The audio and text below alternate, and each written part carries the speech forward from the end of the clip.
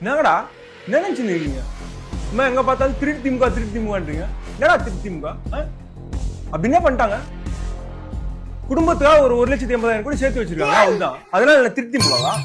இல்லன்னு சொல்றீங்களா? என்ன திருட்டு திமுக தான்டா. அப்புறம் என்ன என்னமோ குடும்ப கட்சின்றீங்க. என்ன குடும்ப கட்சி? முதல்ல கலைஞர் வந்தாரு, அப்புறம் அப்பா வந்தாரு, அப்புறம் உதயண்ணா வந்திருக்காரு, அப்புறம் இன்பம் துன்பம் எல்லாமே வரும்டா. குடும்ப கட்சின்னு குடும்பமே கட்சி. அப்புறம் அது என்ன? அப்பா பேப்பர் பார்த்து படிக்கிறாரு. என்னடா பேப்பர் பார்த்து படிக்கிறாரு? என்ன பெரிய பேப்பரு?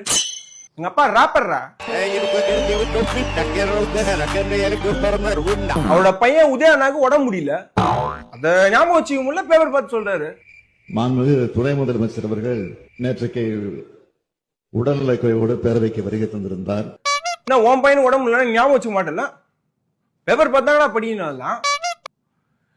பேப்பர் பார்த்து படிக்கிறாரு. பேப்பர் பார்த்தா படிப்பாரப்பா.